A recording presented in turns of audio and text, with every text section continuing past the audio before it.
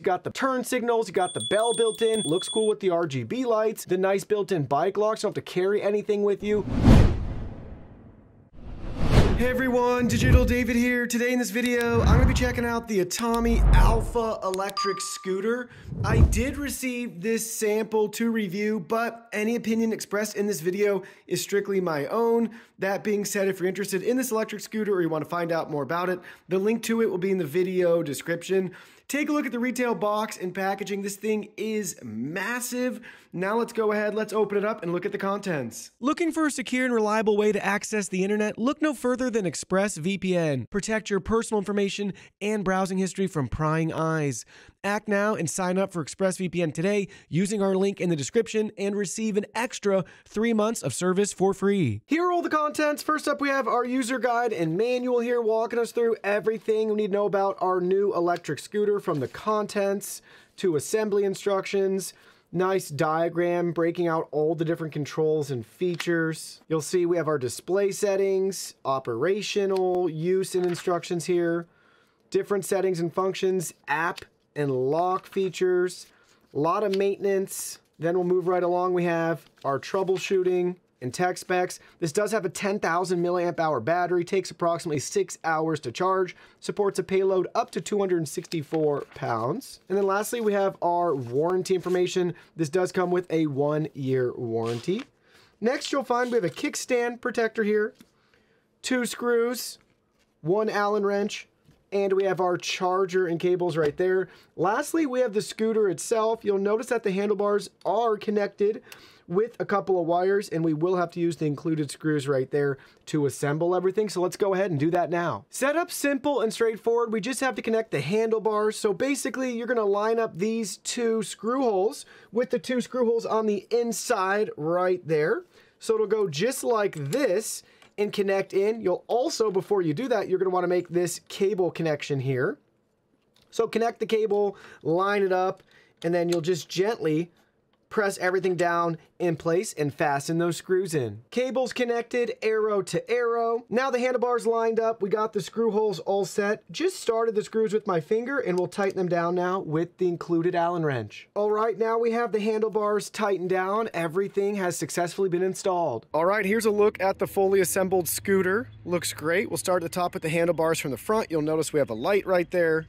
We have a light already on and illuminated on the front. Looks great, cycling through different colors. Here's a look at the front wheel. Got our air connector option, reflectors on both sides, splash guard, their logo and branding.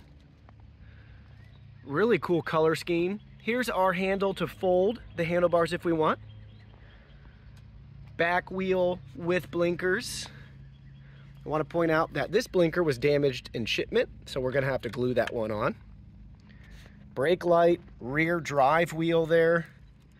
There's the nozzle for air. Built-in kickstand. I wish it was a little bit longer, but it's nice we have one. Other side, coming around, we have our built-in lock. The default code is 000. You can change that by setting it to 000, pressing that.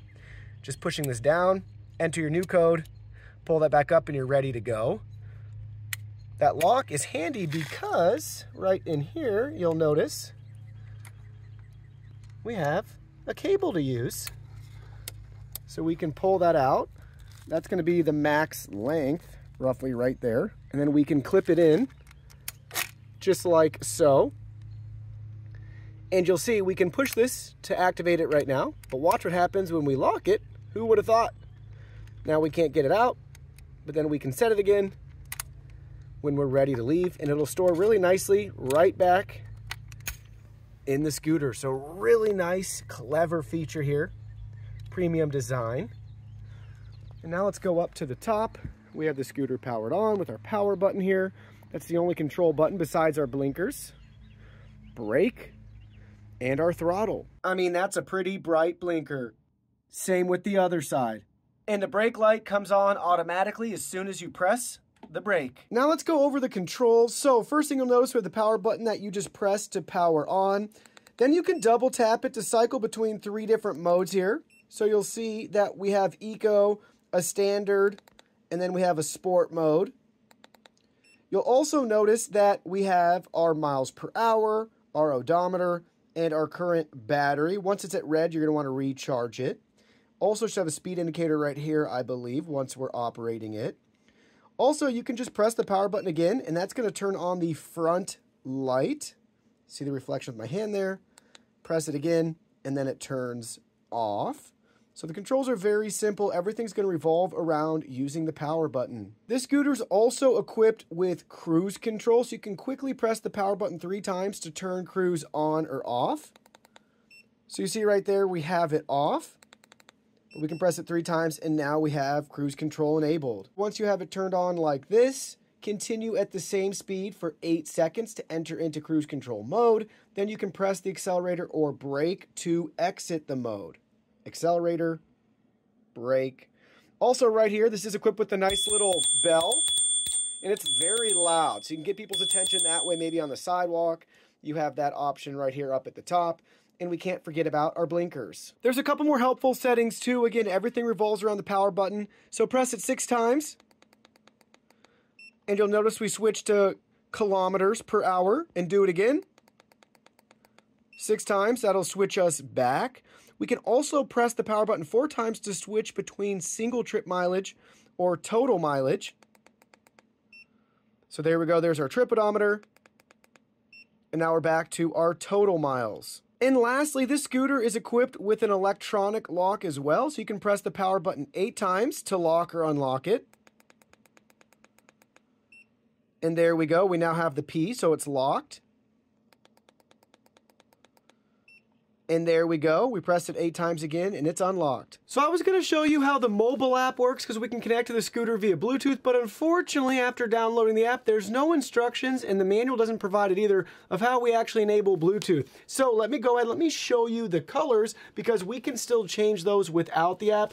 There's no feature we can't manually change that you can do within the mobile app, but I thought it would still be nice to look and check it out, but unfortunately that's not going to be the case. So here's a look at the light on the bottom. It's really cool. It's fantastic that we have RGB. You'll also see in the dark how bright the display is too. It's really well illuminated, which is great when you're in a sunny environment outside. But look at that light, looks great. So what we basically do is we can hit the power button 5 times, and now we can use the brake, and we can change the colors. Basically, you're going to pick and choose which color you want, which lighting effect. And once you have the one you want, you just press the throttle. And that's how you're going to set it. A lot of colors to choose from. Don't forget, the front light is also going to match this. Maybe you can see the front light right there.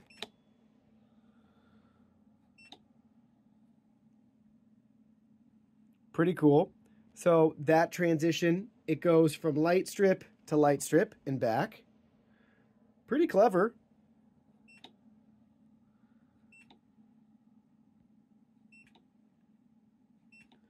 But a lot of different options. Really bright light at the bottom, so if you want to ride at night, you have some cool options here. So pick and choose whatever you desire. Charging the scooter is simple and straightforward. When you have the kickstand down, there's a little rubber cap you can remove to plug in the charger. We have the cable routed here, and there is a charging light on it. And that just plugs into a standard wall outlet. Just an FYI, nothing's illuminated on the display while it's charging. So let me share with you my final thoughts after using this scooter. First, I gotta say, it has a lot of great features. Turn signals, you got the bell built in, the nice built-in bike locks, you don't have to carry anything with you. Really well thought out. I like the design, it's very comfortable. It looks cool with the RGB lights. Great if you're riding at night to keep attention, right? You wanna make sure people can see you. We also got the headlight and the brake light.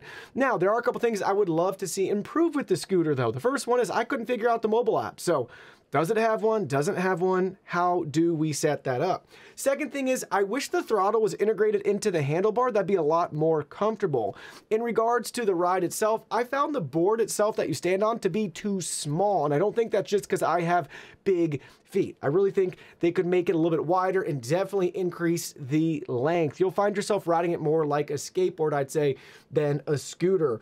Also, I want to point out that the display is very bright, but maybe it's just me with my height. The angle looking down, especially during the daylight, I couldn't see anything. I'd kind of have to squat and then I could see some of it. So it's still not bright enough, but most things aren't going to be bright. Maybe they could have some sort of like e-ink setting, kind of like an Amazon Kindle. That'd be cool if you could tweak the display to that so you could see it in the really bright daylight. Also, I want to point out that the brake handle felt a little bit far away. I'm being really picky here, but again, maybe they could integrate a braking system into the handlebars. I don't know, but something like that would be nice to see. Lastly, I want the kickstand to be larger. It just feels a little bit small, but it is tucked out of the way and you're not going to like accidentally kick it down or anything. So there's a little bit of give or take there, but overall really fast, really fun. And yes, I actually have been riding it. We put over 22 miles on this scooter so far and counting. It's very, very enjoyable. So if you live in an urban area, I could definitely see why you want to pick one of these scooters up. Now, also, I want to speak to the battery life for a minute. They claim about 25 miles. I had it basically maxed out, getting around, we peaked at 19 miles per hour. That I could never break 20. But we peaked at 19, typically somewhere between 17, 19 if you're on a hill or not. But we got about 6 miles until what I call the kill shot happens, where basically it just loses power. So for me, that's the warning to know it's time to go home, because it did that for us even though we still had half of our bars left. So that isn't giving you the best indicator of how much charge and juice is left, but I would assume maybe if you ride it a lot slower, which I don't want to do, you can probably get closer to that 25-mile mark. But I would expect if you're trying to ride it pretty aggressively like I was, and you want to go faster than, 12 miles per hour, you'll probably expect around a half an hour, 40 minutes of use, depending on your terrain, right, and your weight, things like that, and you'll get around 6 miles. Or the slower you go, you can see that number continue to increase to get closer to what they advertise.